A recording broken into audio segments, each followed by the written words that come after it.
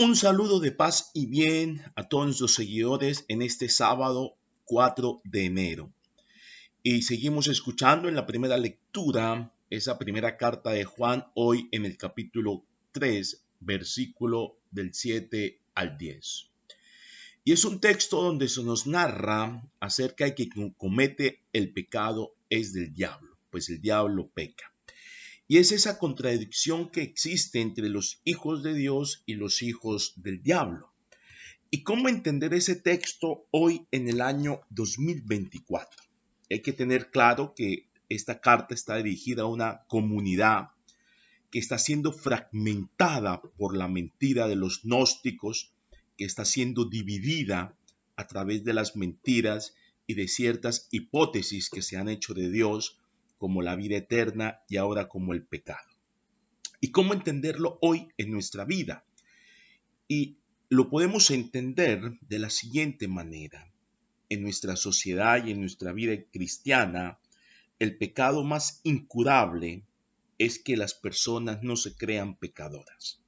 Todos nosotros somos pecadores, hijos, todos, absolutamente todos. Y en ese sentido, la vida cristiana no es impecable. Todos cometemos pecados. El gran, el gran error que tenemos hoy es que no nos reconocemos pecadores. Por eso tú en esta mañana no te reconoces pecador. Tú dices, yo no tengo pecado, yo no mato, pero todos somos pecadores, hijos, en la medida en la que ustedes y yo queramos. Por eso el Señor nos dice, los hijos del diablo son aquellos que no se creen pecadores. La palabra diablo viene del griego dia, que significa a través, y el verbo bolos, que significa mentiras. Y el pecador es aquel que piensa que no tiene pecados, el que no se reconoce pecador. Por eso hoy que ese sea nuestro primer propósito y tener claro que el pecado no es tanto quebrantar un mandamiento, una ley de Dios, sino el pecado es no admitirlo en nuestra vida. Y la pregunta es, ¿tú admites tus pecados en tu vida? ¿Tú admites en estos momentos que eres una persona que dices mentiras? ¿Tú admites en estos momentos que tú eres una persona que estás transgrediendo la confianza, que estás transgrediendo la lealtad de otros? Porque cuando tú no admites en tu vida que eres pecador, entonces te conviertes en un hijo de la mentira. Por eso que hoy nuestro primer propósito sea el siguiente. Si usted puede pecar sin lamentarlo amargamente, serás un heredero del infierno. Todos nosotros pecamos, hijos, y hay que lamentarlo por lo que hacemos. Hay que lamentar el daño que hacemos a través de nuestros pecados. Pero si tú no lamentas tus pecados, si tú no te reconoces pecador, entonces serás un excelente heredero del infierno. Ese es el primer propósito. El segundo propósito nos lo regala el evangelista Juan. Seguimos escuchándolo también a él. El capítulo 1, versículo 35 al 42.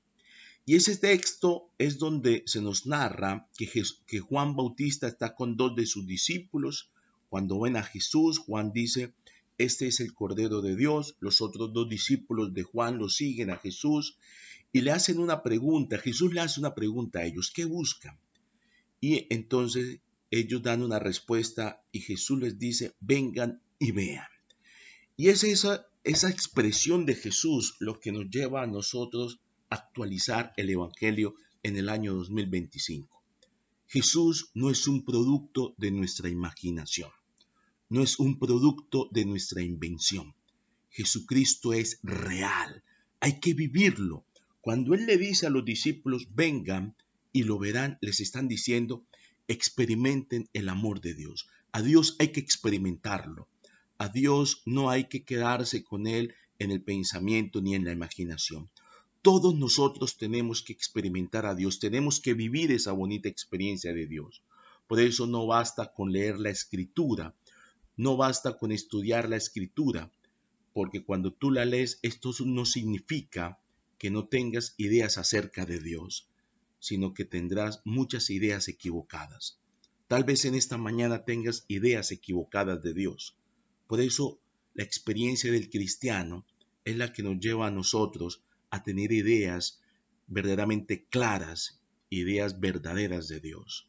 Que hoy no te quedes con las oídas, que hoy no te quedes con tus imaginaciones, con tus prejuicios o con los que otros te han contado de Dios.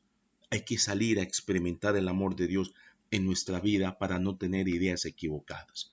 Por eso que ese sea nuestro segundo propósito, hijos, y es que ustedes y yo tengamos ideas verdaderamente reales y verdaderas de Dios, y que no simplemente nos quedemos con estudiar la escritura, porque esto no significará que no tengamos ideas acerca de Dios, sino que muchas veces tendremos muchas ideas equivocadas de Dios.